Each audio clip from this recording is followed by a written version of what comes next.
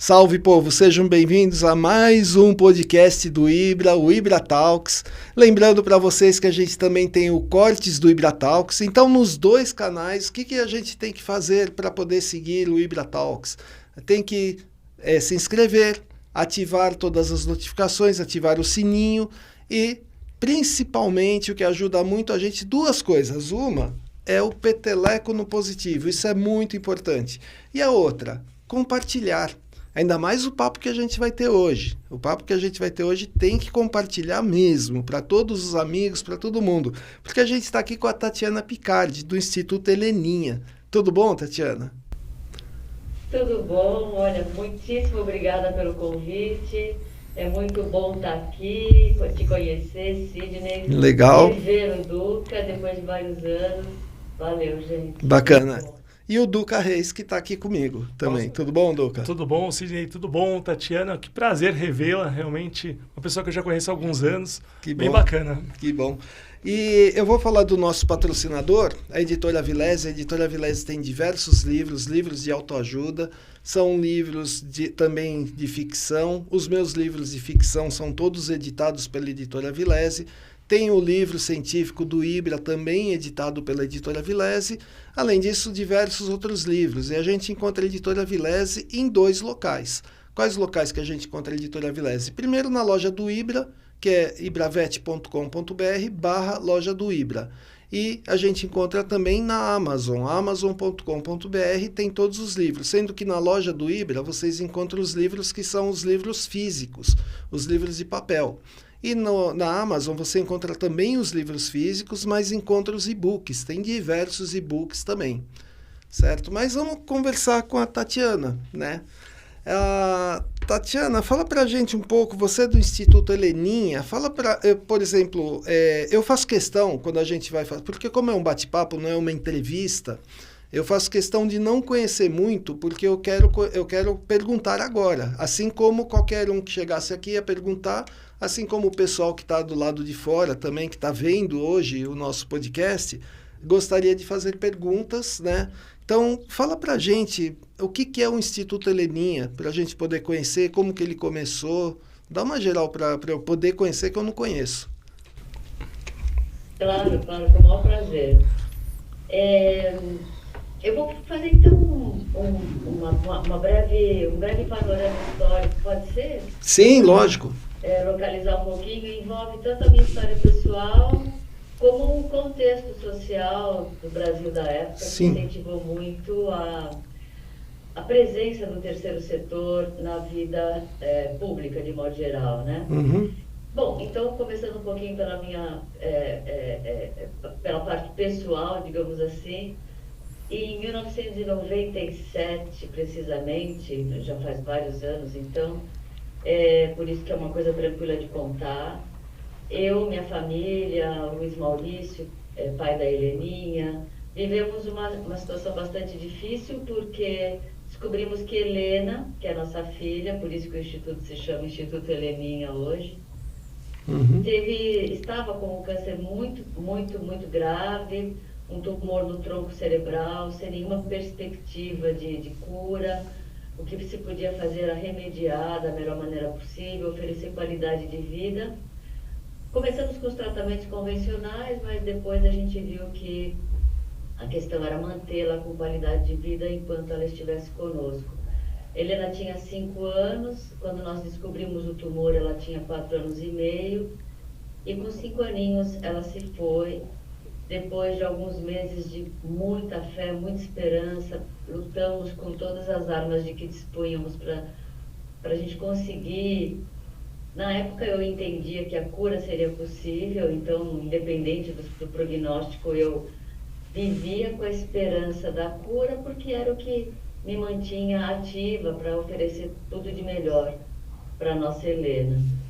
E E durante o tratamento, e disso eu só me dei conta mais tarde, por observação do próprio Luiz Maurício, pai da Helena, conforme a Helena foi perdendo funções, porque o tumor era um tumor que ia aos poucos inviabilizando as funções básicas do organismo. Então, perda da possibilidade de caminhar, perda de movimentos, dificuldades de deglutição, auditivas, visuais. Então, é muito triste porque o local do tumor, ele realmente afeta o sistema nervoso central, que coordena todas essas funções, né? Bom, e aí com isso ficou evidente que levá-la para o hospital regularmente, como se exige num tratamento de câncer, era uma coisa bem difícil, porque tinha que carregá-la. E por sorte, minha família, tínhamos alguma condição de poder oferecer a ela um transporte com um carro. O pai tinha condições de ir conosco dirigindo, então era muito legal, porque eu podia ficar atrás, no banco de trás com ela, contando uma história, ou acalmando se ela não estivesse bem ou com alguma dor.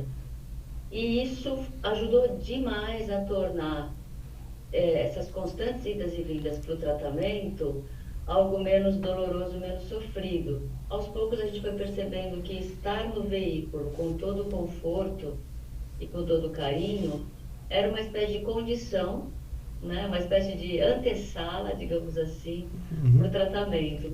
Um preparo físico, um preparo psicológico e como é que se diz? Físico no sentido de poupar a pessoa, né, para que ela chegasse ao tratamento com a máxima disposição possível.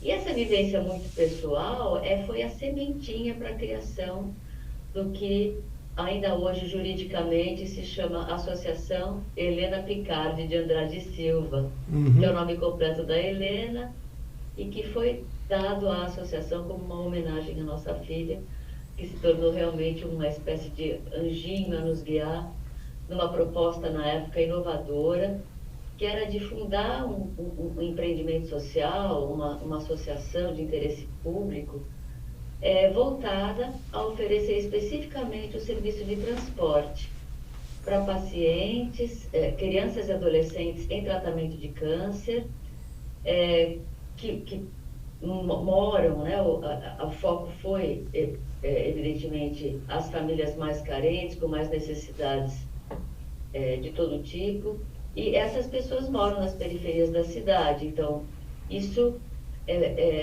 tornava a oferta de serviço ainda mais relevante, a oferta desse serviço, né? Porque o deslocamento das periferias da nossa cidade para os centros especializados de oncologia pediátrica que ficam no centro expandido da cidade, né, demandava o deslocamento em quilômetros, 20, 30, 40 quilômetros na média, só para ir e depois outro tanto para voltar. Fora o tempo, né? Porque a gente sabe que deslocamento em São Paulo não é mais uma questão de quilômetros, mas uma questão de horas. Quanto Exato. tempo leva. Exato. Não é quão longe fica, mas sim quanto tempo leva. E o transporte com o carro significa muitas vezes diminuir em pelo menos a metade do tempo de deslocamento. A gente chegou a fazer umas contas pelo Google Maps, simulando alguns trajetos, pegando o endereço de algumas famílias e o endereço do hospital. A gente teve, por exemplo, uma média do extremo sul ao centro, usando o transporte público, 2h15, com o carro esse tempo cai para 1h30, 1h15, o que já não é pouco.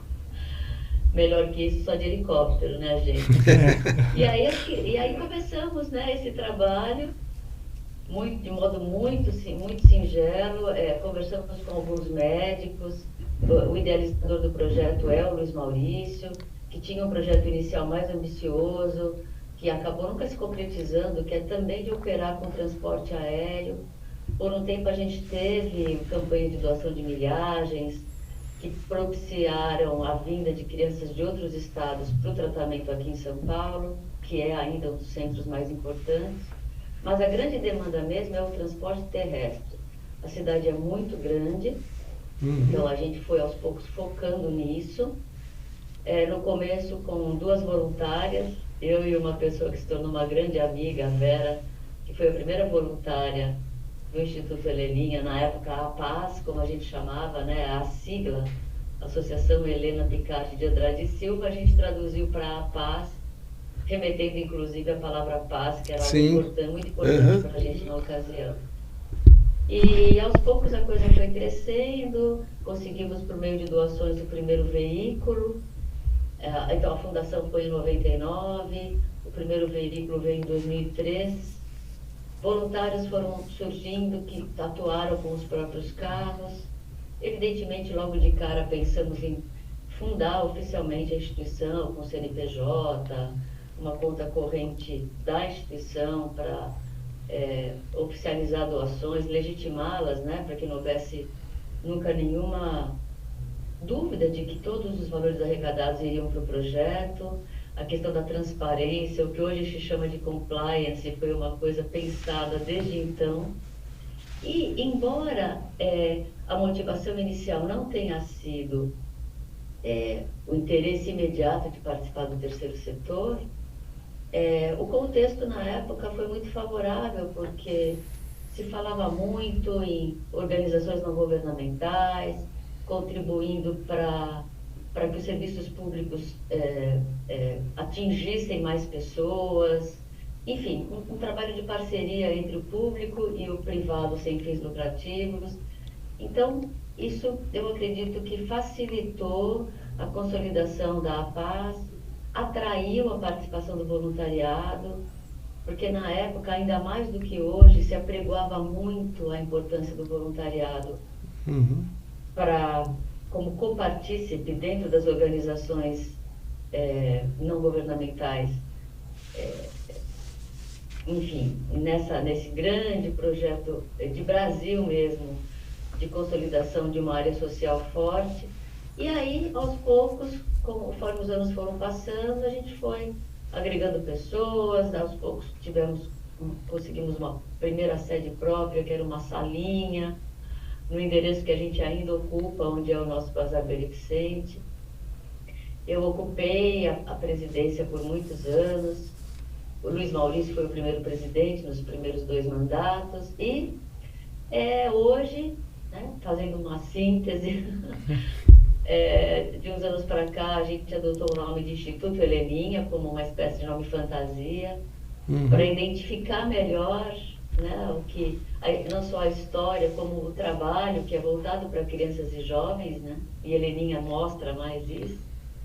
E hoje o Instituto Heleninha é uma instituição profissional, embora tenha contado sempre com uma diretoria voluntária, o que é muito importante para a gente conseguir as parcerias que a gente conseguiu. Os projetos que a gente participa exigem, né, que a gente tenha uma diretoria voluntária, mas temos hoje um grupo de colaboradores internos remunerados, bem profissionais, bem treinados, graças a todo um trabalho feito nas últimas 2 gestões de realmente capacitar os nossos colaboradores. O que eu diria que as coisas acabam acontecendo juntas, né? Isso estimula as doações de grandes empresas e, ao mesmo tempo, as doações que foram vindo antes disso ajudaram nessa capacitação e na possibilidade de oferecer melhores salários. Então, hoje realmente todo o trabalho é realizado pela equipe interna, uma grande ajuda do voluntariado, principalmente do voluntariado do Bazar Beneficente, responsável por uma parcela importante da nossa captação de recursos. E hoje estamos aí, né, atendendo a média de 100 crianças inscritas, com uma quilometragem alta, né, de percursos para lá e para cá, levando as nossas crianças, e agregamos muitos serviços no decorrer dos anos, né? Então, hoje o transporte, embora seja o foco, a gente foi ampliando os serviços sociais. Hoje a gente tem, na nossa sede, um espaço social dedicado a vários projetos voltados aos jovens, adolescentes, crianças e famílias, né? né? Que oferecem o que a gente chama de integralidade do tratamento ao jovem paciente com câncer. A gente tem o transporte, que garante o acesso, e vários serviços complementares que garantem qualidade de vida, esperança, alegria, nesses meses ou anos em que duram esses tratamentos, né? Então, não é uma coisa que termina rápido. E a gente fica com o nosso jovem, né? A partir do ingresso, ele só sai na medida em que ele ganha ou a alta hospitalar ou a devida autonomia para se deslocar por conta própria com seu familiar acompanhante.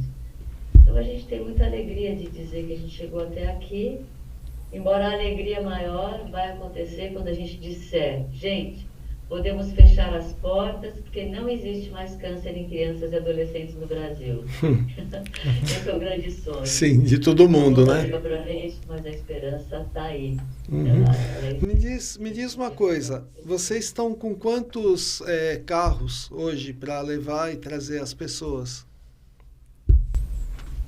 Nós andamos fazendo aí, graças às 2 ou 3 últimas gestões, um trabalho muito focado no gerenciamento dos recursos. Uhum. Então, se constatou que uma frota integralmente própria não seria adequado, porque isso é bastante custoso. Então, hoje nós temos aí, em carros próprios, a gente tem um ônibus e 3 veículos de menor porte, tudo sempre doado, uhum. A gente sempre conseguiu parcerias para a aquisição desses veículos, e mais 5 veículos atualmente fruto de um projeto que a gente tem com o Banco do Brasil, que arca com o custo desses carros, o que para nós é muito bacana.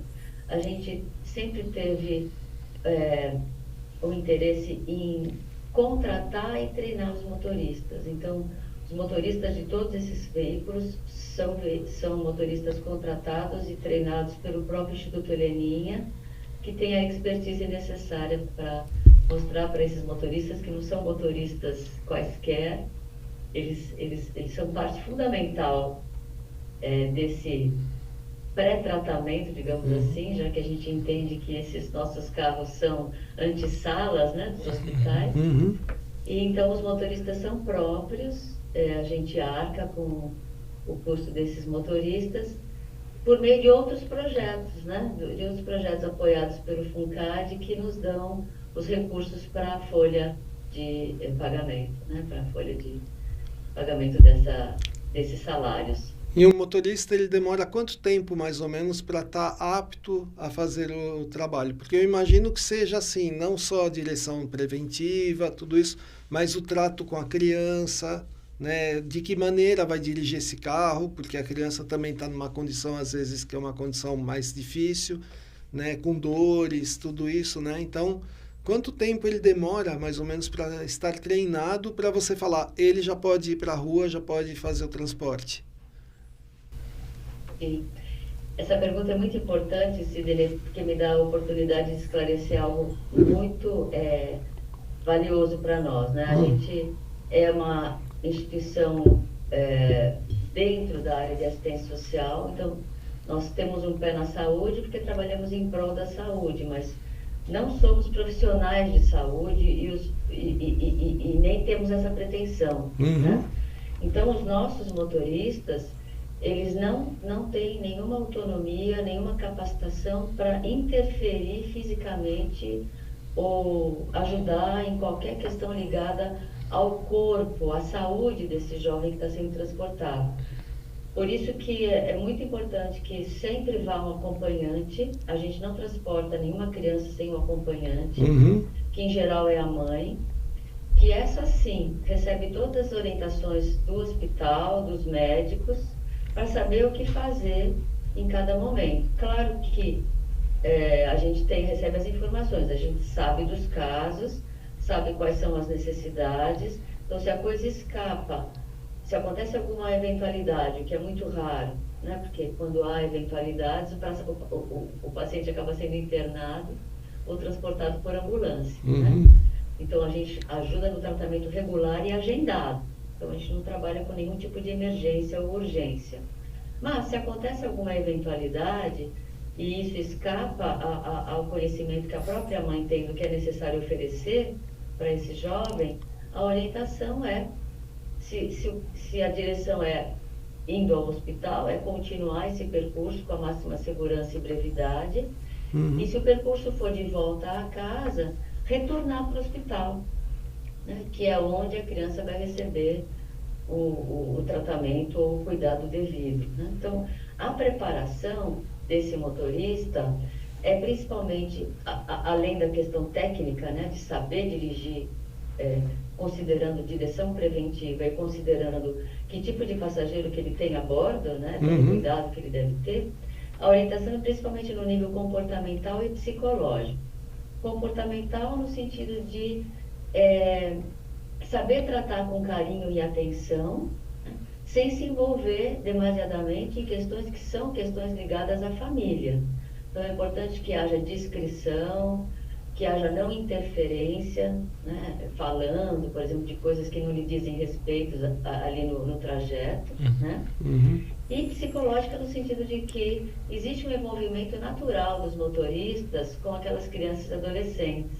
Então, se a criança piora ou se infelizmente há um óbito, existe toda uma preocupação, e para isso a gente tem 2 psicólogos, um voluntário e um colaborador remunerado, que nos ajudam a orientar esses motoristas para que eles saibam lidar com essas questões de uma maneira equilibrada, sem envolvimento excessivo, né?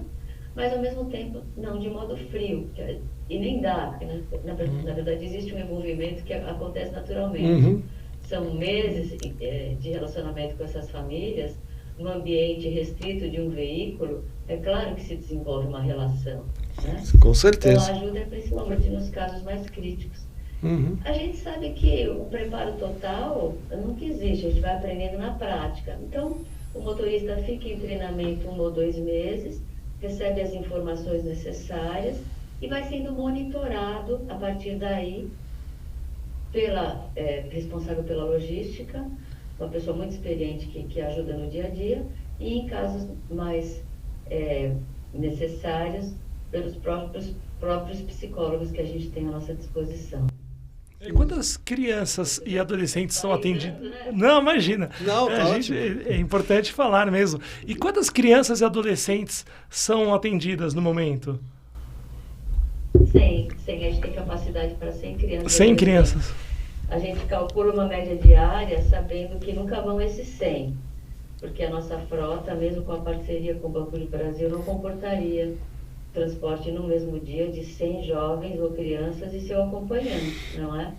Mas a gente já tem uma estatística consolidada desde a fundação, que uma média de um terço dessas famílias cadastradas acabam usando o transporte diário. Se isso extrapola o número médio estimado, a gente tem também algumas parcerias com Uber ou outros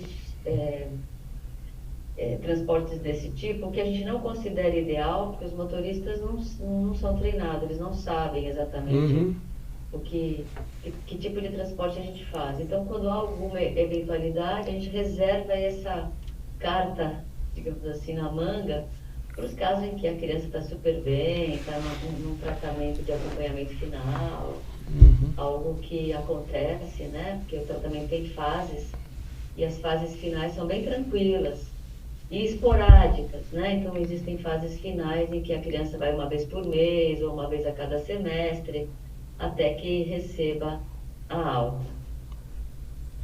Entendi. E você estava falando... Tem dado para administrar. Legal. Simples, eu deveria chamar a Elisângela aqui para falar com vocês. Às vezes ela entra em cada saia justa para poder dar conta, mas a gente tem dado com qualidade. Entendi. E você falou que vocês têm parcerias, recebem doações. Tem alguma, porque algumas ONGs têm ajudas do governo. Vocês recebem alguma ajuda governamental nesses casos? De modo direto, não.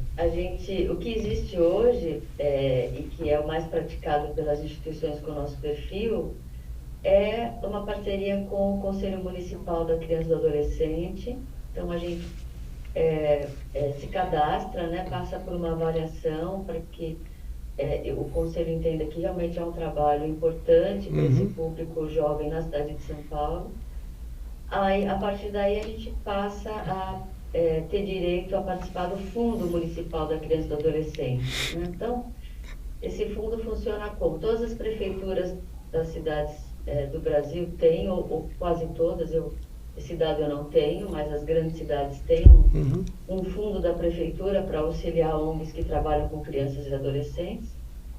Quem capta, na verdade, o dinheiro para esse fundo é a própria instituição. Então, nós, uma vez credenciados para participar desse fundo, vamos às empresas ou nos dirigimos a pessoas físicas que têm o perfil necessário para poder doar para o fundo e explicamos qual é o projeto e dizemos, olha, vocês podem dizer para gente, doar para a gente através do fundo, existe um site para isso, e essa doação ela é uma parcela, uma pequena porcentagem do imposto que seria devido, né? Do imposto de renda que seria devido.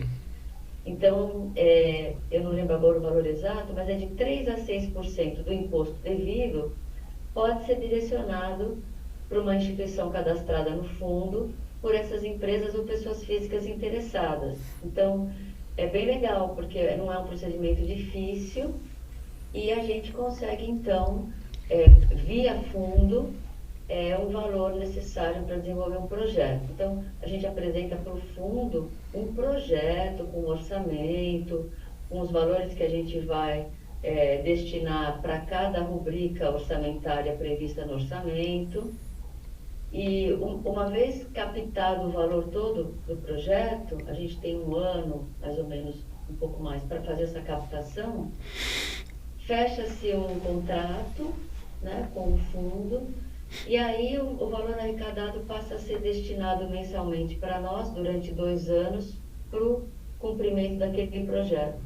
Então, hoje a gente tem uns 3 projetos FUNCAD em andamento, que tem coberto uma parte significativa das nossas despesas, e isso é sempre renovado, novos projetos são apresentados, projetos que envolvem, inclusive, ações que acontecem dentro do nosso espaço social. É por isso que a gente consegue oferecer uma variedade de projetos, porque são coisas diferentes que a gente oferece para as crianças, e sempre agregando valor para o transporte, né? Que é o nosso principal item de despesa, digamos assim.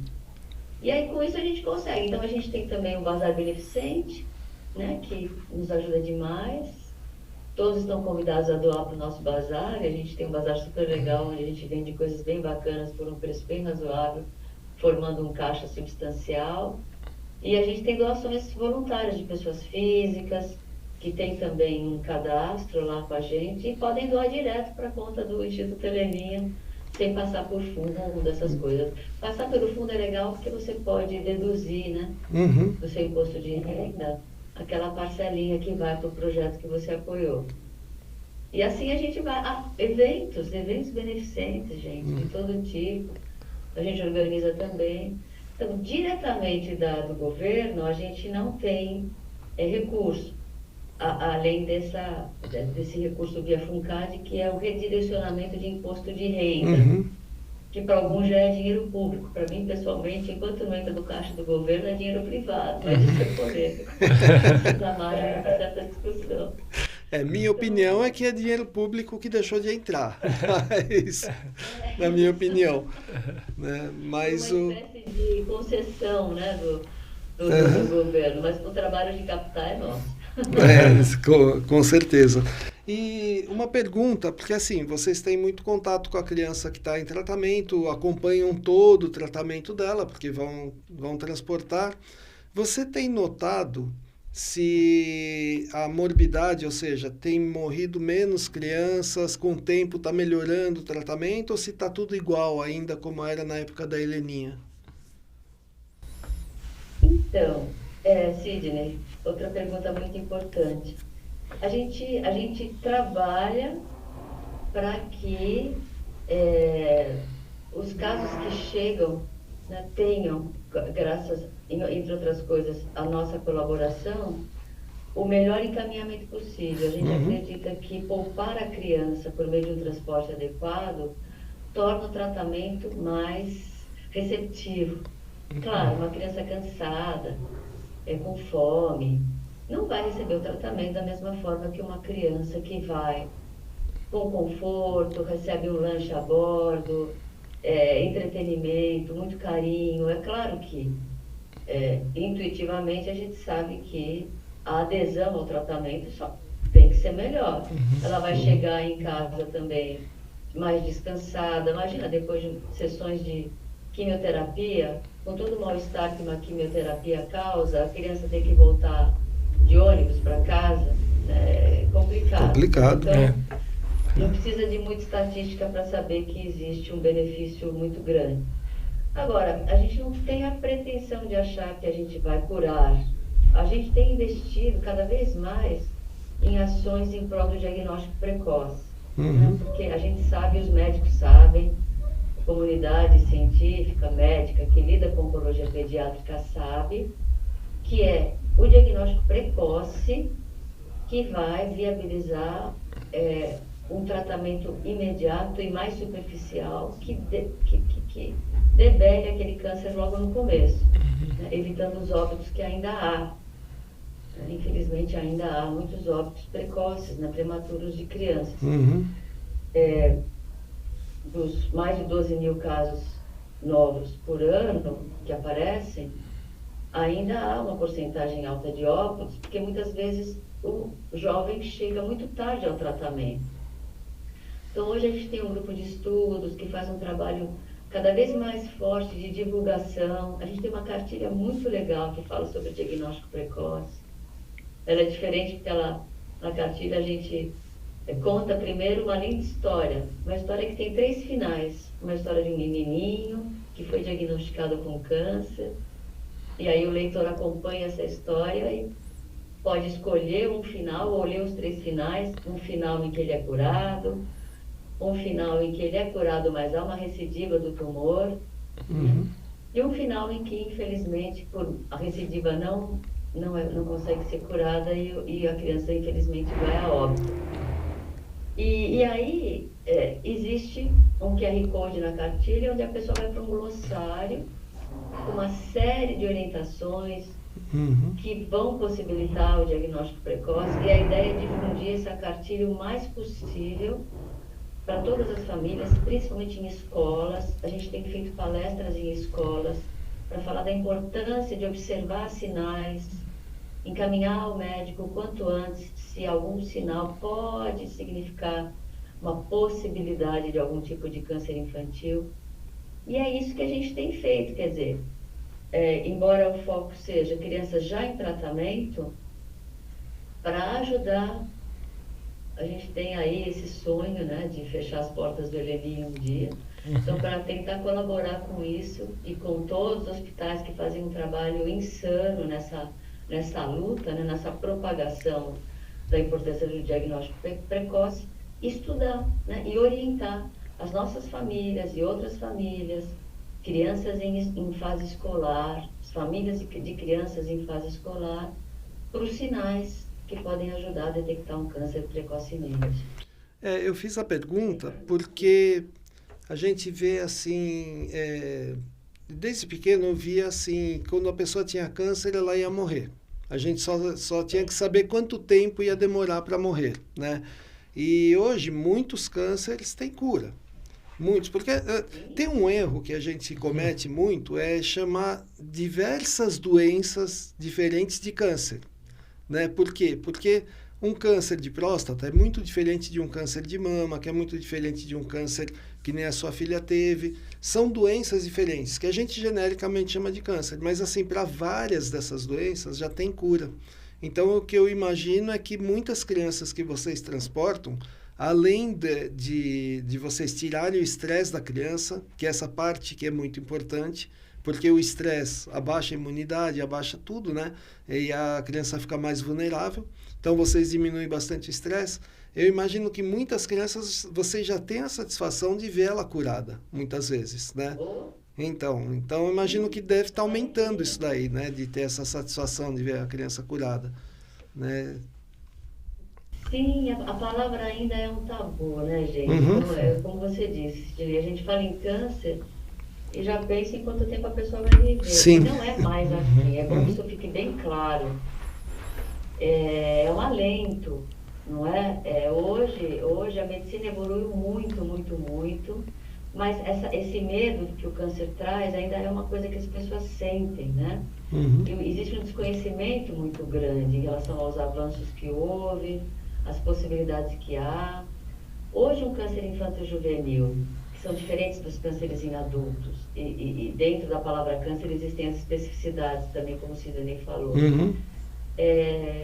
Dentro da oncologia pediátrica, se os tipos de câncer típicos dessas faixas etárias, se esse câncer for detectado no início, as chances de cura são de mais de 90%, quando não de 100%. E na média, 70%, quer dizer, pegando casos mais graves. Então, mesmo um caso mais grave, não diagnosticado com a brevidade necessária, também tem chances, né? Então, é trabalhar pelo diagnóstico precoce, saber que a medicina tem hoje um instrumental muito mais eficaz do que já teve no passado. Existem novas tecnologias em saúde sendo desenvolvidas, e isso está acontecendo cada vez mais rápido. Então, a gente tem que ter, assim, uma postura bem otimista, acabar com essa história de que câncer é sinônimo de morte, porque não é. Uhum. O que aconteceu com a minha filha há mais de 25 anos, não aconteceria hoje, provavelmente. Né? Hoje eu sei, como muitas outras pessoas sabem, graças à divulgação da informação, que um ligeiro estrabismo no olho, que é uma coisa que você não relaciona diretamente a um câncer, pode significar um tumor cerebral. E aí você não espera muito, você já leva correndo para o hospital. Uhum. Né? Então, para o médico, para fazer uma avaliação mais profunda. Um cansaço meio atípico numa criança também é um sintoma que não pode ser desprezado. Uhum. Uma dor no joelho, que muitas vezes pode ser confundida com uma contusão, porque a criança caiu, bateu o joelho jogando bola.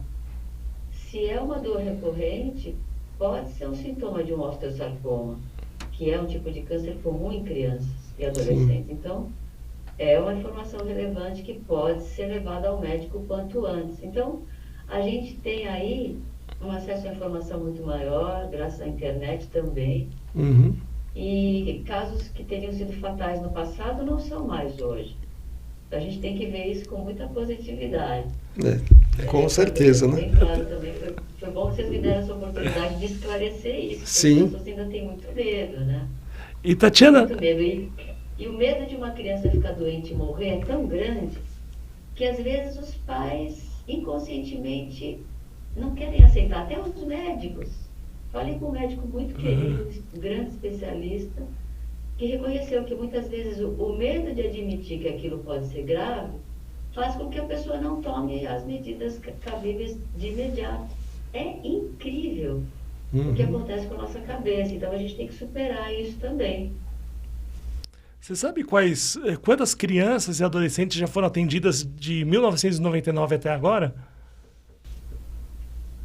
Nossa, acho que a gente passou das 500 crianças. O número parece insignificante se comparado ao tempo de existência do Heleninha. Uhum. É que as nossas ações, elas demoram muito tempo com cada criança. Claro. Então, cada criança pode ficar conosco de 1 a 6 anos. Uhum. Então, a gente tem contado o nosso trabalho mais em termos de número de quilômetros rodados e número de atendimentos agora pelos serviços que a gente presta além do transporte. Né? Então, a gente tem feito uma contagem um pouco diferente para ficar mais evidente para as pessoas o impacto na vida de cada família atendida. Então, a gente tem passado a contar também os familiares, os irmãos, porque todos são beneficiados pelos serviços, né?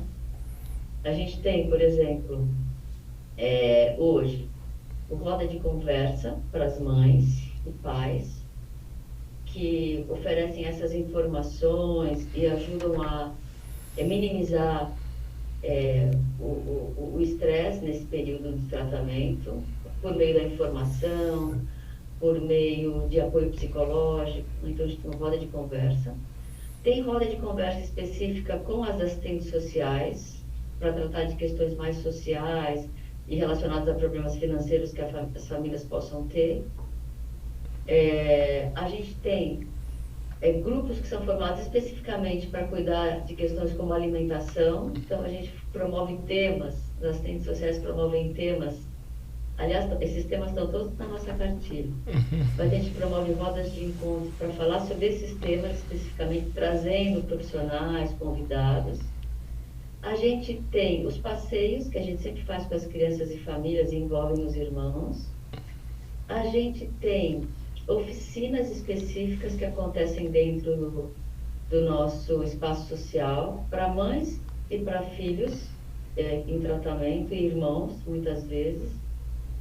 Agora, por exemplo, eu que sou professora do Instituto Federal, tenho alunos que fazem cursos técnicos em diversas áreas. A gente conseguiu montar um projeto de extensão em que alunos que têm basicamente a mesma idade dos atendidos adolescentes, eles montaram oficinas para ensinar preceitos básicos de eletrônica. Então, tem várias coisas que acontecem e que tudo isso é computado como ação e atendimentos específicos para as famílias, que tem sido um modo de computar o trabalho que gera mais impacto e uma percepção maior dos esforços que a gente faz em prol dessas famílias, do que simplesmente o número de atendidos. E você tem... Cada atendimento a gente consegue computar como uma variável importante. E você tem o número de atendimentos, o número de quilômetros rodados? Tenho. Tem? A gente gostaria de saber. Eu não sei de qual. Sim. A gente... Deixa eu até pegar aqui.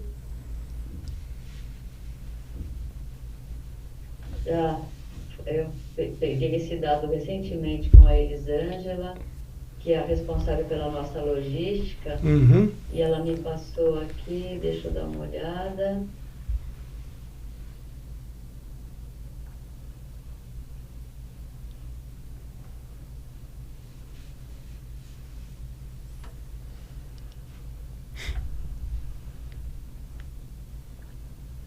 Olha, em 2023, só em 2023, a gente rodou 250 mil quilômetros. 250 mil quilômetros, só em um ano, menos de um ano, que ainda não acabou 2023. De janeiro a novembro. Ela me passou os dados de mês a mês. Então, por exemplo, a média, para eu não falar mês a mês, a média é de uns 23 mil quilômetros por mês. 23 mil quilômetros. Um pouco menos, né? Totalizando 250 mil só em 2023. Eu lembro que quando a gente chegou em 2015, agora eu estou lembrando bem, porque a gente fez um evento comemorativo, que foi quando a gente atingiu 1 milhão de quilômetros rodados até 2015. 1 milhão? Eu estou tentando lembrar quanto que seria rodar, dar uma volta na Terra, para saber quantas voltas vocês já deram.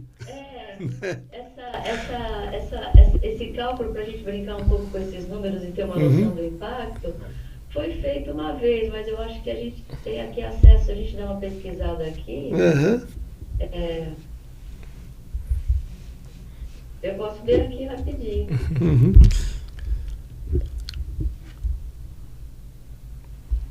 A gente fez uma vez esse cálculo, a gente se divertiu muito. Porque o pessoal não faz, né? Não tem noção. Por exemplo, que nem você falou, em média por mês a gente roda 23 mil quilômetros. É a mesma coisa que 23 vezes de São Paulo até Porto Alegre. É mais ou menos isso. Bastante. Que dá, por exemplo, você rodando com um carro tranquilo daqui até Porto Alegre, dá umas 16 horas, mais ou menos. Aí eu estou falando, você está falando em quilômetros rodados em São Paulo, que 1.000 quilômetros não daria 16 horas, dá alguns dias, mais ou menos. Porque em São Paulo, você, por exemplo, às vezes eu demoro da minha casa até o Ibra, que dá 14 quilômetros, eu demoro 1h30 às vezes. Então, Né? Então já demorei 3 horas. Foi um dia meio atípico, demorei 3 horas, mas dá 1h30, meu Deus. É. 14 quilômetros. A pé eu chegaria mais rápido. E você vê a importância desse serviço, né? Porque você demora 1h30 com carro confortável, ar-condicionado. Sim, sem nenhum problema. O problema que a gente tem é muito, mas muito pequeno perto do problema que uma criança vai ter. Se ela, e a mãe, né, e os pais, né, da criança tem um filho com uma doença dessas, né?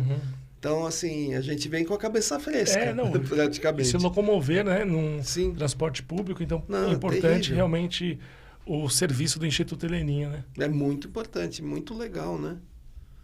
As pessoas ainda não têm a exata noção de que saúde, a promoção da saúde não começa dentro do hospital, ela começa bem antes, né? Então, além do transporte, a gente pode elencar uma série de coisas Sim. que fazem parte do que a gente entende por saúde como um bem-estar geral integral, que é como define saúde hoje em dia a Organização Mundial da Saúde. Então, a própria educação, acesso à escola, acesso ao saneamento, alimentação, a saúde começa aí. E se aparece uma doença, é importante pensar, tá bom, então como é que eu chego, né? Como é que eu acesso os recursos que a nossa sociedade desenvolveu para promover saúde quando há doença, né? E, evidentemente, o transporte é fundamental. E as pessoas, às vezes as pessoas não pensam, a gente usa o transporte todos os dias para fazer tudo, e às vezes, sei lá, é gozado, né? Meio que passa. Não, realmente, eu tenho todo um tempo da minha vida, do meu dia, dedicado a ir de um lugar a outro. E esse tempo é um tempo valioso. É um tempo de vida. Né? Então, por que não tornar esse período um período de vida dentro dos veículos da Paz, né? Do Heleninha? Então, por isso que a gente fala nisso, antessala do hospital. Vamos promover a vida ali, já desde ali. E tem sido assim, né? A gente tem conseguido, os relatos das crianças, das famílias são muito legais. A gente tem isso registrado. Uma vez uma mãe falou uma coisa que me comoveu muito. A criança era pequenininha, devia ter 4, 5 anos, e ela disse assim para mim, olha, Tatiana, desde que vocês começaram a buscar, não lembro do nome mais da criança, faz um tempinho, ele nunca mais chorou para ir para o hospital, porque ele tinha medo. Mas quando ele vê esse carro colorido, motorista super simpático, ele passou a entender, agora são palavras minhas, né? Passou a entender esse trajeto como uma diversão também, não chora mais. Isso foi muito impactante. Então, essa fala eu não esqueci. Mas tem outras tantas que, felizmente, a gente registra, que são modos de avaliar qualitativamente o que a gente tem conseguido. Né? As famílias ficam muito felizes, são muito gratas. Eles ganham cesta básica, a gente tem uma série de ações. Além de tudo, ainda a cesta básica vocês dão também. Além de todas as ações que você tinha falado. Inclusive, uma que me chamou a atenção, que vocês servem um lanche durante o transporte também, né? Sim. Quer dizer, para criança fica um negócio legal. Oba, hoje eu vou passear naquele carro, vou comer um lanchinho. E tem recreação também, não tem? Assim, filmes, brincadeiras. Tem. Então, nossa, muito bacana. Agora que a gente tem o espaço social, a gente tem procurado usar bastante esse espaço. Mas antes disso, a gente tinha um programa chamado Educação em Movimento, que era mais ou menos propor o que a gente tem conseguido fazer de modo mais estruturado no nosso espaço físico, mas tentar fazer dentro dos carros. Fizemos várias coisas legais, como você bem lembrou, Duca. A gente contava história, né? Tinha, na época, profissionais que iam nos carros, né? Agora isso ficou um pouco mais difícil, porque são muitos carros e uma demanda bem maior. Então, a gente concentra essas ações no espaço social. E eles adoram, né, quando eles vão lá, porque aí a psicóloga e a pedagoga do espaço social que tomam conta, organizam um lanche delicioso. Então, além das ações, dos brinquedos, dos livros, não sei o que, tem o lanchinho. Aí todo mundo se confraterniza. É muito bom. E criam-se laços, né? Então, saúde é isso também, né? Laços de apoio mútuo, de solidariedade. E essas famílias não sabem o quanto de saúde elas geram em nós também. Né? Então, é uma via de mão dupla. Então, Sim. saem melhores Na verdade, o que eu consigo perceber é que você transformou uma tragédia pessoal em uma ajuda para os outros e para você também, né? Não foi isso? Gente, a minha vida é antes e depois da Heleninha. Uhum. E a Helena, nossa Helena, ela é... Algumas pessoas dizem que ela não é só o meu anjo da guarda, mas ela é uma espécie de anjo que tem ajudado todo esse grande movimento, né? Porque é um milagre, né, gente? Desculpa, eu não sei qual é a posição de vocês nesse aspecto, mas eu não consigo deixar de ver uma espécie de milagre, porque ela é uma mobilização de tanta gente, e isso vai acontecendo devagar e de forma tão consistente. A gente nunca deu passos para trás.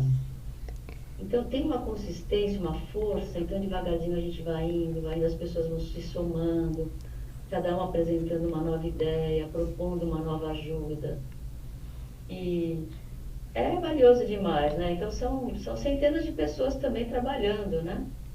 Eu Sim. apareço como a cofundadora, o Maurício como cofundador, mas a gente tem uma diretoria maravilhosa, que está na linha de frente, super competente, agregando muita coisa.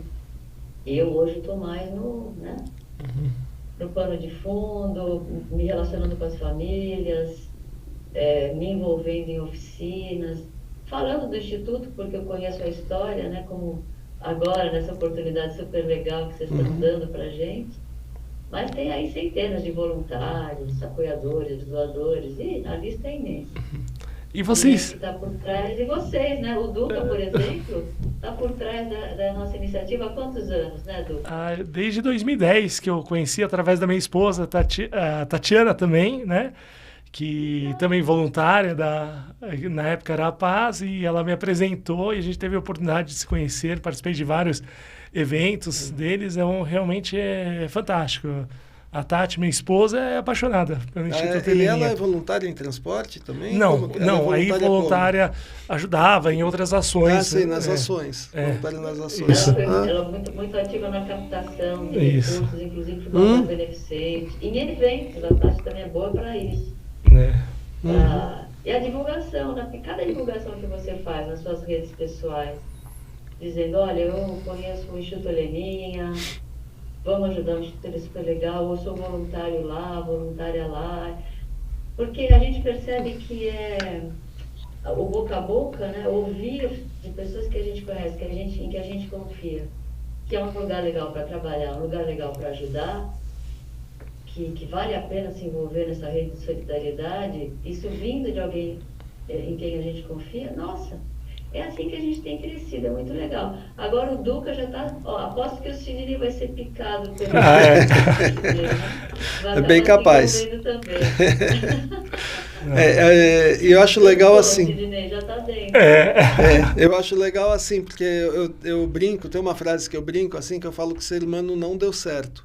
Aí, quando eu vejo esse tipo de ação, eu falo, não, ele deu. A gente teve um outro podcast aqui, que veio o pessoal do Catavento da Alegria. Não sei se você já ouviu falar, eles vão em hospital cantar. Cantar para os doentes, para os enfermos, tudo. E tudo voluntário também. Tudo como voluntário. No caso deles, eles não têm a ONG, né? Eles se juntam e vão. Né? E é bem interessante isso daí, porque são, assim, de qualquer maneira, por exemplo, você com certeza não faz isso por parte financeira, você faz porque você quer ajudar, e começou assim também, né? Então, de qualquer maneira, são pessoas que estão ajudando o próximo, que hoje a gente vive num mundo tão louco, que é capaz de uma pessoa tropeçar, cair, e ninguém parar para levantar essa pessoa, né? Então, quando a gente vê isso, a gente volta a ter esperança, né? Então é bem interessante. Eu não sabia que a Tati estava. Ela que me apresentou, né? Acho que desde a primeira reunião que teve no Instituto, ela esteve presente. Exatamente. E vocês também têm um trabalho bonito, se não me engano, com os pais enlutados, né? Vocês têm um núcleo, né? Sim, bem lembrado, Duca, porque como o óbito ainda é uma realidade, né? Não há cura em todos os casos. E a gente entende que a saúde é extensiva à família, o apoio dado não pode ser simplesmente interrompido quando a criança se vai, já que se estabeleceram laços, etc. Então, a ideia é que desde que a família queira, ela pode se integrar ao núcleo de apoio a pais enlutados, que é um trabalho muito bacana, conduzido por voluntárias incríveis, e uma psicóloga que é voluntária, mas tem a formação. Então, a gente oferece uma vez por mês encontros que ajudam muito a ressignificar a experiência, enxergar essa perda devagarzinho de uma outra forma, para que se refaça o equilíbrio, a vontade de viver, a vontade de honrar a memória dessa criança que se foi, tornando a nossa vida uma vida feliz, não uma vida infeliz, né? E isso tem acontecido, a gente tem vários depoimentos também muito bonitos.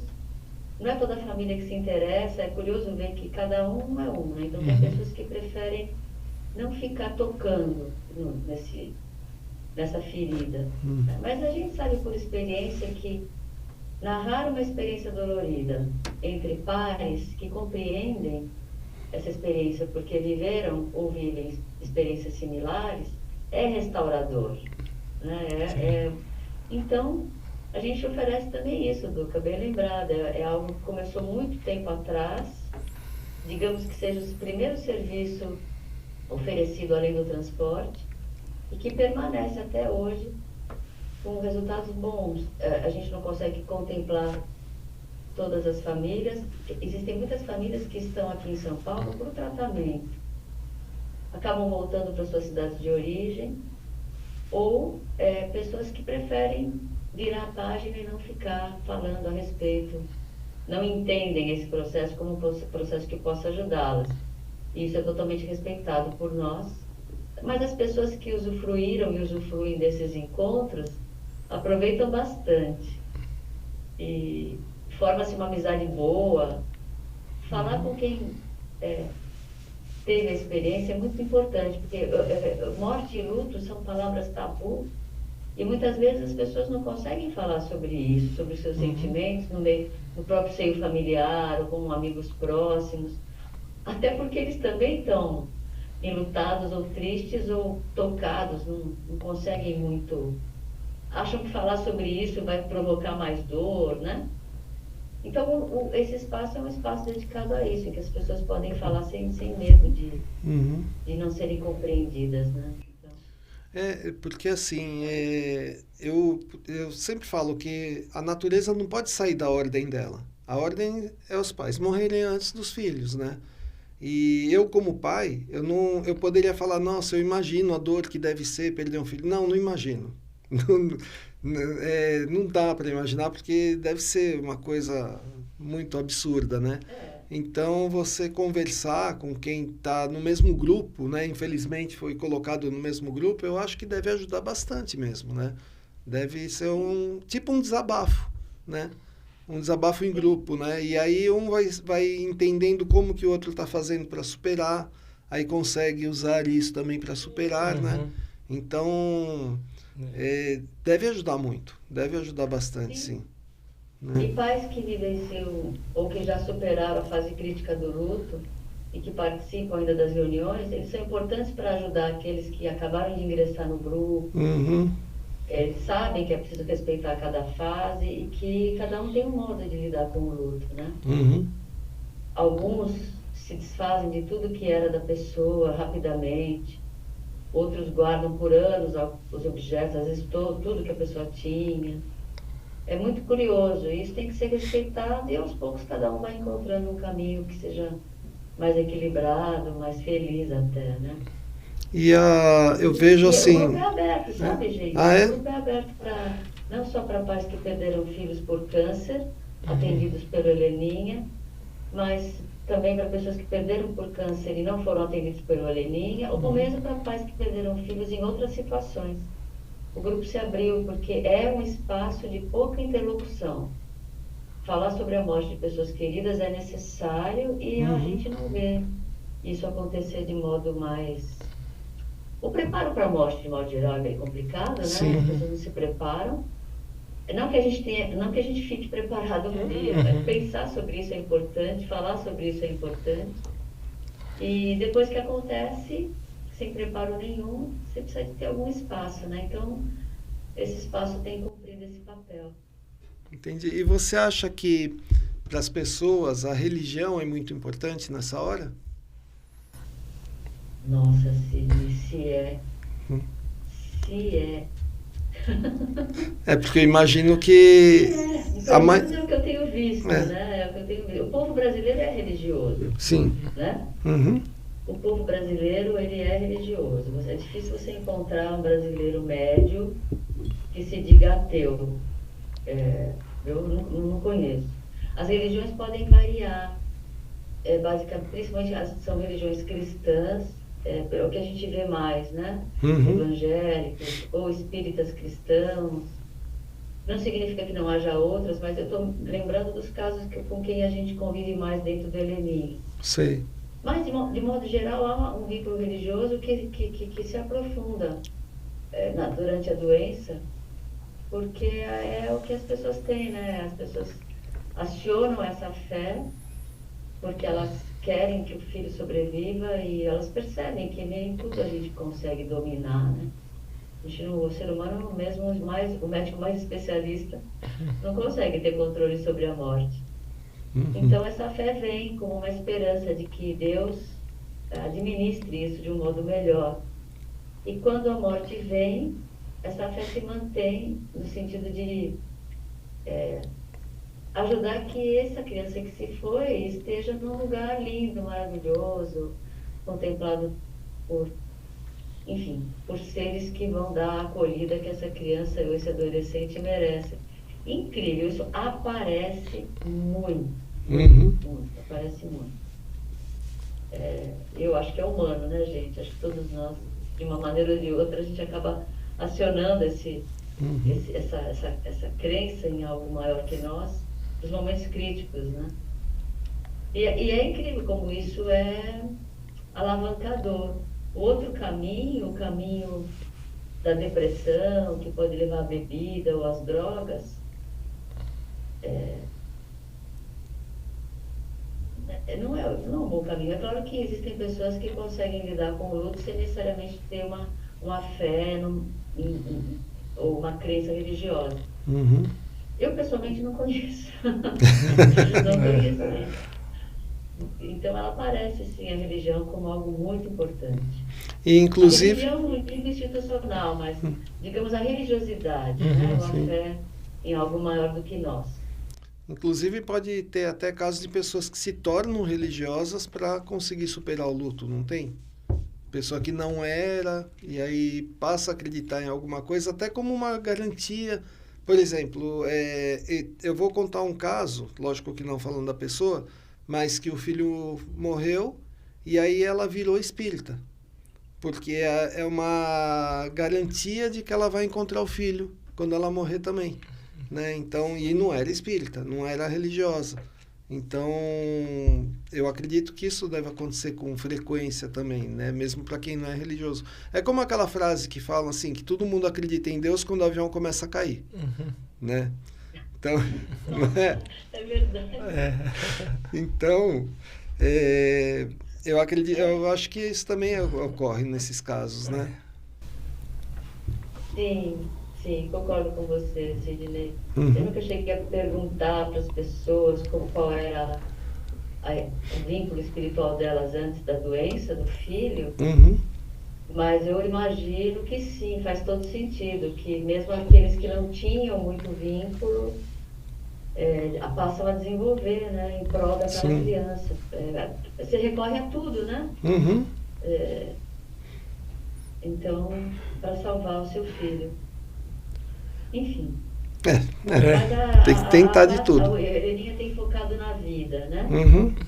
Tem focado principalmente na vida. Então, é bom que essa fé exista, inclusive, em vida.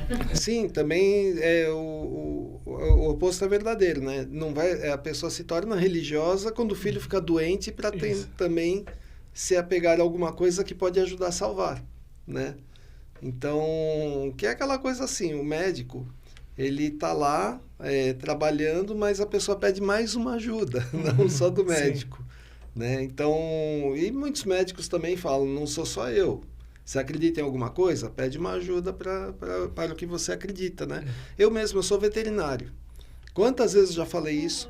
Quantas vezes eu já falei assim, eu estou curando um animal por alguma coisa, a pessoa fala, nossa, doutor, você fez um milagre. Eu falo, não, milagre é lá em cima. Eu aqui só obedeci, né? Só fiz o que me mandaram. Então, tem a ver, né? Esse tipo de pensamento para as pessoas também, né? Eu acho. Eu acho que se a gente pensa dessa forma, eu sou bastante religiosa, né? Eu acho que você se conecta com outras forças e é como se a tua atuação na Terra ela fosse mais produtiva, mais eficaz, ou pelo menos mais feliz, mais esperançosa, mais produtiva. Acho que as coisas tendem a dar certo quando você se conecta com boas energias, né? Com as melhores forças do universo, as forças criativas, né? Que podem ser sintetizadas nessa ideia de Deus. Sim. Tatiana, e como... Criativas desse universo maravilhoso. E essas crianças que foram atendidas e que são atendidas, como elas chegaram à paz? Foi através de hospitais, é isso? Ótima pergunta, Luca. A gente não vai atrás, né, dos atendidos, porque a gente também não tem como chegar a esse público e também não tem como ter critérios claros a respeito de quem a gente vai atender, quem a gente não vai atender, porque a gente tem uma limitação, é preciso que haja critérios e a gente não tem competência para analisar algumas coisas. Então, como é que tem sido feito? Os hospitais mais importantes de oncologia pediátrica são parceiros nossos, então a gente tem aí o GRAAC, o Itaci, o Instituto da Criança, o Hospital das Clínicas, o Hospital Darcy Vargas, a Santa Casa de Misericórdia, que seriam alguns dos mais importantes, né? E que atendem pelo SUS. Esses hospitais sabem do nosso trabalho e eles têm uma área de assistência social que conhece o público, né? Às vezes, a demanda vem da própria família do paciente, que procura o serviço social para pedir ajuda para transporte. Outras vezes, são os próprios médicos, os próprios assistentes sociais que veem uma dificuldade muito grande, ou financeira, ou física mesmo, né, dependendo do estágio do tratamento, das condições clínicas da criança, e nos acionam. Então, aí a gente tem um cadastro, né, eles mandam para a gente todos os dados que são importantes, para a gente, eles nos dizem qual é a prioridade, porque às vezes a gente recebe vários casos simultaneamente, então a gente pergunta, escuta, mas qual seria o mais... É horrível, né? São perguntas que a gente não gostaria de fazer, mas a gente é obrigado a fazer. Quais são os prioritários? E do nosso lado a gente procura averiguar outras coisas, como por exemplo a distância, a distância da casa da criança até o hospital, até o Heleninha, o trajeto, se é um trajeto que vai coincidir com o transporte de outras crianças já atendidas. Então a gente faz uma análise logística para ver como é que a gente encaixa aquela criança nessa logística. E aí, feito isso, a gente dá o ok para o hospital e uma vez a criança dentro do Heleninha, né, como participante das ações, aí ela fica conosco até, como eu disse antes, ou ela receber alta ou ter autonomia suficiente para ir para o hospital por conta própria. Isso pode levar meses, como pode levar anos. E por isso que é muito, muito complicado a gente delimitar, né? Às vezes a gente toma a iniciativa, porque existem casos em que a família se acomoda, porque é muito cômodo, né, você ter esses serviços todos, mas as pessoas têm entendido, né? Quando aparece a solicitação de uma criança precisando muito e o outro num estado muito bom, já houve casos em que a gente conversou com algumas famílias que abriram mão tranquilamente dos serviços para que outra pessoa que precisasse mais pudesse usar, porque passaram pela mesma coisa, né?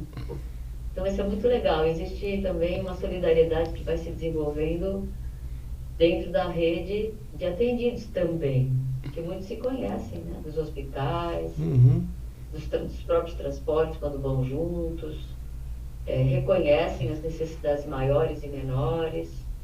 Então, é um aprendizado muito grande. Então, a gente prioriza, mas felizmente não é a gente que escolhe, né?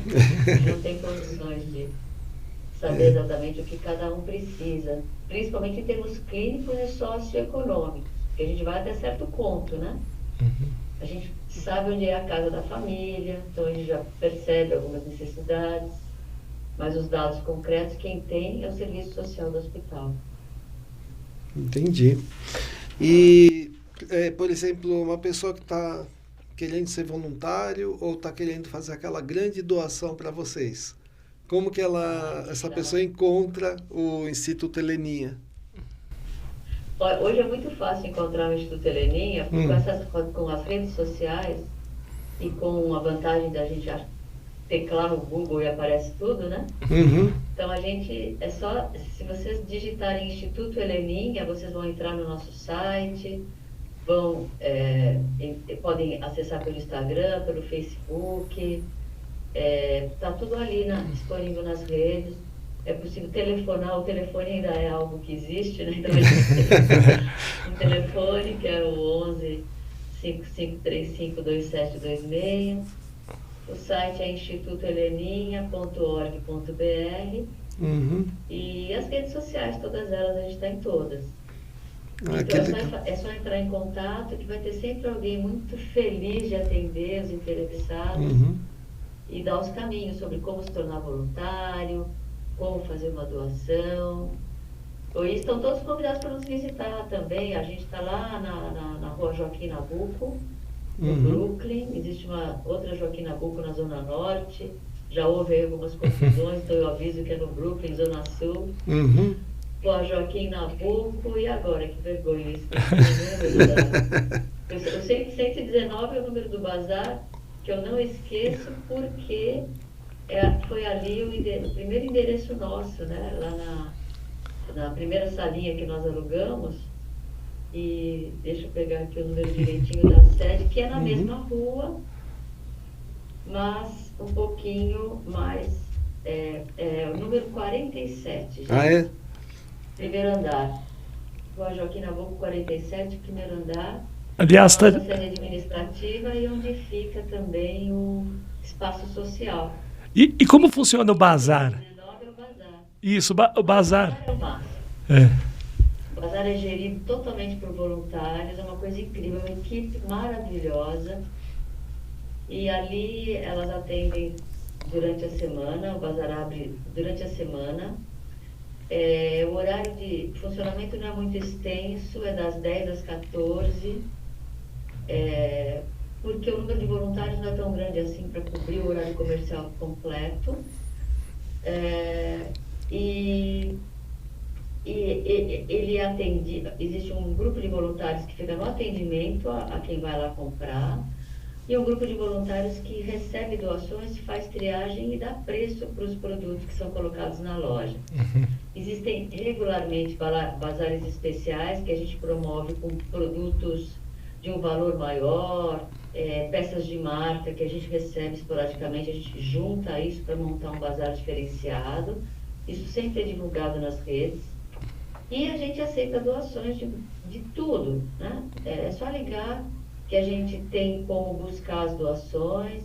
Se a pessoa preferir levar e aproveitar para conhecer a gente, é bem legal. A gente tem um estacionamento conveniado onde a pessoa pode deixar as doações sem ter que estacionar, ou ela pode estacionar e vir nos visitar, e pessoas do Heleninha vão pegar as doações direto no estacionamento, ou a gente pega em casa, né, da pessoa, a gente agenda um dia, e a gente só não aceita coisas volumosas como móveis, porque a gente não tem onde colocar.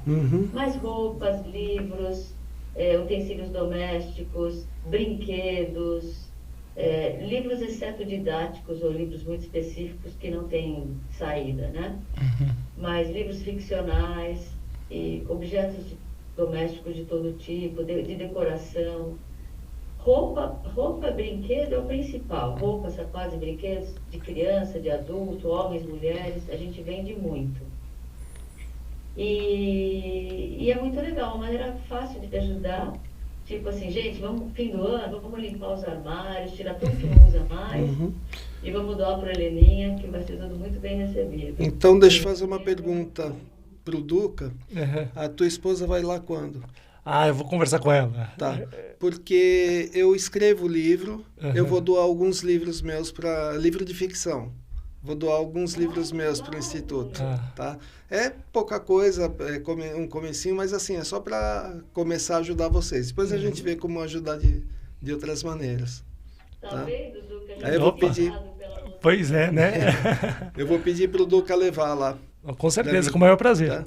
E o dia que eu puder, eu vou dar uma passada para conhecer. Sim, sim, pode deixar. Tá? Quando eu estiver lá, porque eu quero recebê-los. Ah, sim, com certeza. Fechado, né? Deixa eu te falar uma curiosidade. A gente estava brincando quantas voltas na Terra, né? Para dar uma volta completa na Terra são 40 mil quilômetros. Então vocês já deram muitas voltas na Terra. Tá? Muitas. Não foi pouca, não. 40 mil quilômetros, 2 meses, vocês já deram 2 voltas na Terra e sobrou ainda. Sobrou 6 mil. Né? Então já deram muitas voltas. Que bom que você pesquisou. Olha que você falou do Google, eu lembrei. Olha que você falou de ir no Google, eu lembrei que existe Google. Aí eu coloquei. É verdade. Aí eu fui pesquisar. Né? Então, olha. A circunferência da Terra tem 40 mil quilômetros. Você olhou agora, né? Acabei de olhar. Na verdade, eu coloquei no Google quantos quilômetros para dar uma volta na Terra. Aí ele já me deu os 40 mil quilômetros. Legal. Isso é significativo para mostrar para as pessoas o Sim. tamanho do trabalho, o tamanho da cidade, o esforço que é, né, você, enfim, transitar e com o cuidado e com a paciência, o bom ânimo que você tem que ter, considerando que você está transportando pessoas em situação de alta vulnerabilidade. Sim. Tatiana, eu me lembrei que teve uma época que a prefeitura tinha autorizado vocês usarem o corredor. Como está essa situação? Vocês continuam usando, não pode mais?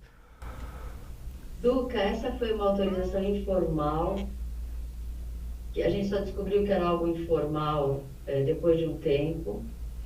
E aí pleiteamos de modo formal, né, para que não se expirasse, para que fosse uma espécie de direito adquirido, né, nosso. Mas nos foi negado mais de uma vez. A justificativa que a prefeitura dá é a de que se eles autorizassem o uso dos corredores para nós, como ONG, teriam que autorizar para todas as demais ONGs que têm carro. A gente contra-argumentou dizendo, sim, mas as outras ONGs que têm carro não tem como foco de prestação de serviço o transporte. Né? Mas não adiantou, Duca. Puxa. Esse é um assunto que ficou pendente e a gente tem se virado sem os corredores. Né? Então, seria muito bom reativar isso, mas são tantas demandas, o tempo vai passando, tantas outras coisas que vão sendo prioritárias e que precisam receber atenção, que esse assunto realmente ficou pendente. Eu acho que vale a pena, sim, retomar esse ponto, porque nos ajudaria bastante. Acho que a gente desanimou depois de tantas tentativas. Quem sabe, né? E eu acho injusto, né? Porque eu acho injusto porque, por exemplo, não pode. Vocês trabalham com transporte e não pode usar o corredor, mas o táxi que não está transportando uma pessoa necessitada pode, né? Nada contra os táxis. Eu gostaria que os dois pudessem, né? Mas se fosse por isso, se fosse por essa pelo que a prefeitura alegou, por essa alegação da prefeitura, então, como libera os táxis, tinha que liberar Uber, tinha que liberar todos os carros a passar no corredor, né? Se fosse pela alegação deles. Né? Então, acho que vale a pena, principalmente agora que vai mudar prefeito, tudo, ir atrás, aproveitar quando muda, ou até aproveitar que o prefeito quer se reeleger e ir atrás disso também. Né? É verdade. Nós alegamos na época essa questão, poxa, mas qual é a lógica dos táxis poderem, né? E, então, tem toda uma questão política, de lobby, hobby, Sim. de jogo de forças, né? Que faz com que algumas coisas sejam possíveis e outras não. Mas eu gostei de vocês terem tocado nesse assunto, porque eu acho que vale a pena retomar Sim. isso. Talvez a época seja boa agora, né? Para eleições, Então. sabe, né? Agora vai fazer um monte de promessa, aproveita para fazer uma dessas promessas, né? Para eles. Porque agora o mundo fica lindo, né? Eu adoraria morar no país que o pessoal fala que existe quando eles são candidatos, né? Quando eles são candidatos, é um país tão lindo, é uma cidade tão linda, tudo vai ser resolvido. Eu queria morar nesse local. Olha só, um país gerido por candidatos. Ficaria tão legal. Ninguém pode ser eleito, tem que ser candidato o tempo todo. Ia ser tão legal. Porque se for eleito, dança, né? Acabou. Esquece todas as promessas, né? Então mais uma vez... Para não chorar, né? Pois é. Mais uma vez lembrando, nas redes sociais Instituto Heleninha, o site é institutoheleninha.org.br. Muito legal. Eu não sei se eu te dou os parabéns, se eu choro de alegria de saber que existe um instituto desses, né, que faz esse tipo de... Mas, de qualquer jeito, os parabéns, né? Meus parabéns por isso, por essa iniciativa, pelo trabalho, que com certeza não é uma coisa fácil, com certeza não é, né? E vocês estão lidando com vidas, né? Transportando vidas, tudo isso, coisas podem acontecer, né? Que aí o motorista tem que ser muito bem treinado, tem toda essa logística por trás, tudo isso. Então, assim, parabéns mesmo, né? Eu queria agradecer muito e dar os parabéns para a esposa do Duca, né? Que está também ajudando, né? É uma querida, Também a minha sogra, também a mãe da Tati, também? a dona Nádia também, ela gosta muito do Instituto Heleninha, Legal. também esteve também... Né? Aliás, lembrando aqui um pouco de história, a mãe da Tati, a Nádia, como ela conheceu a Heleninha? Ela foi orientadora do Luiz Maurício, fundador da Paz na época, na tese de mestrado dele lá na FEA da USP, né? Isso. E aí se tornaram amigos, ela foi se envolvendo, aí trouxe a filha, trouxe a família, aí a filha trouxe o Duca, e assim foi. Vão caminhando, né? Muito legal isso. Lembra disso, Duca? Com certeza, né? A Tati Bacana, né? conta essa história com muito carinho, né? Ela assim, é completamente apaixonada pelo Instituto Heleninha. Nossa, muito legal mesmo. E então, queria agradecer muito, gente. Olha, não esquece, ajuda o Instituto, doação, voluntariado, tudo. Vocês são muito bem-vindos. Vocês viram assim, qualquer coisinha que doar já ajuda bastante, né? Pode doar coisas para o Instituto, pode ajudar no bazar, de estar lá, né, como voluntários. Então não esqueçam disso, é bem bacana. E eu queria agradecer muito a Tatiana por todo esse trabalho e por ter tido esse tempo para falar com a gente e trazer esse negócio tão bonito, né? Esse trabalho tão bonito que ela faz. Queria agradecer demais. Posso fazer um último comentário? Fica à vontade. Recentemente eu escrevi um livro baseado numa pesquisa que eu fiz junto aos atendidos do Instituto Heleninha, que é a Arte de Narrar para Sobreviver, é o nome do livro, e foi baseado nas experiências pessoais dessas crianças, dos pais e dos médicos responsáveis por cada caso, né? E ficou interessante para quem quiser conhecer mais o universo da oncologia pediátrica, do ponto de vista não apenas teórico e clínico, mas do ponto de vista da experiência vivida de um adolescente, eu recomendo, que talvez seja uma maneira de sensibilizar até para ingressar no Instituto Heleninha como nosso colaborador de alguma forma, né? Conhecendo de perto, né, a realidade. O Ensaio de Helena, que é um livro que eu escrevi sobre a minha história, né? Que também ajudou a sensibilizar muita gente para a causa, foi muito legal. Então, fiz uma propaganda aqui. Claro, não, tem que fazer. E onde que encontra? A venda desses livros é em prol da paz, eu não tenho nenhum direito sobre... Mas onde que encontra, quem quiser comprar? Pela Amazon, vocês encontram. É só digitar o meu nome ou o nome dos livros, A Arte de Narrar para Sobreviver e Ensaio de Helena, é fácil vocês... Hoje em dia é tudo muito fácil, né? Uhum. Então, pelo meu nome, vocês encontram também. Na Amazon é só colocar Tatiana Picardi, né? É Picardi. Isso. Isso, que aparece. Que eu sei disso porque eu coloco o meu nome lá, aparece tudo que eu escrevi também, então eu sei como é que é. Bacana, ajuda para quem quer pesquisar e quer encontrar, né? Então, Sim. é bem fácil. Obrigada pelo convite. Bacana. Tem mais alguma propaganda que você quer fazer? Fica à vontade. Quer falar mais alguma coisa? A propaganda principal é em prol do Heleninha e a propaganda secundária dos livros também é em prol do Heleninha. Então já falei tudo que eu tinha.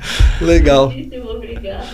Então eu queria agradecer o Duca que está aqui com a gente. Obrigado. E pessoal, a gente não falou muito, né, durante esse bate-papo, mas não esqueçam de dar o peteleco no positivo, é muito importante. E olha, esse papo foi muito legal, muito importante. Então compartilha com seu amigo, compartilha com todo mundo, tá? Até com quem você não gosta, pode compartilhar. Então compartilha esse vídeo, manda pra frente, manda pra todo mundo. Vamos fazer esse vídeo viralizar, tá bom, gente? Muito obrigado mais uma vez, Tatiana, e a gente foi.